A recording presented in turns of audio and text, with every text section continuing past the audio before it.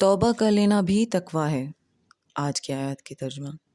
پناہ مانگتی ہوں اللہ کی شیطان مردود سے۔ شروع اللہ کا نام لے کر جو بڑا مہربان نہایت رحم والا ہے۔ خشکی اور تری میں لوگوں کے اعمال کے سبب فساد پھیل گیا ہے تاکہ اللہ ان کو ان کے بعض اعمال کا مزہ چکھائے۔ عجب نہیں کہ وہ باز آ جائیں۔